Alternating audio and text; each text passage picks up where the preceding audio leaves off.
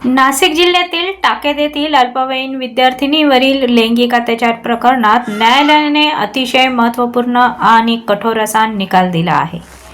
मुख्याध्यापक आणि एका शिक्षकाला आजन्म कारावासासह दंडाची शिक्षा यावेळी सुनावण्यात आली। या निकालामुळे शिक्षण क्षेत्रात मोठी खळबळ उडाली असून विद्यार्थ्यांच्या सुरक्षेचा प्रश्न पुन्हा एकदा ऐरणीवर आला आहे।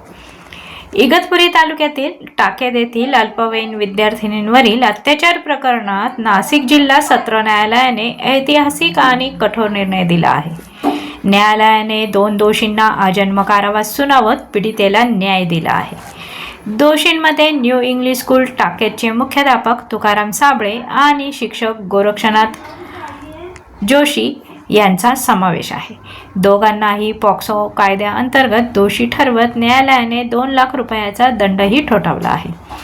ही घटना फेब्रुवारी 2025 मध्ये घडली होती। पीडित विद्यार्थिनी ही शाळेत इयत्ता 6वीत शिकत होती। मुख्याध्यापकाने विद्यार्थिनीशी जवळीक साधून दुसऱ्या शिक्षकाच्या मदतीने तिला घरी बोलावले आणि तिच्या अल्पवयाचा गैरफायदा घेत लैंगिक अत्याचार केल्याचे तपासात उघड झाले। घोटी पोलिसांनी या प्रकरणाचा सखोल तपास करत दोन्ही आरोपींना अटक केली होती। तपास अधिकारी पोलीस निरीक्षक विनोद पाटील यांच्या पथकाने भक्कम पुरावे गोळा करून न्यायालयात दोषारोपपत्र दाखल केले।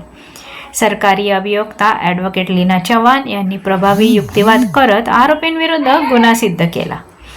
अल्पवयीन मुलांच्या सुरक्षेशी संबंधित गुन्ह्यांमध्ये पोलिसांकडून अत्यंत संवेदनशीलतेने तपास केला जातो।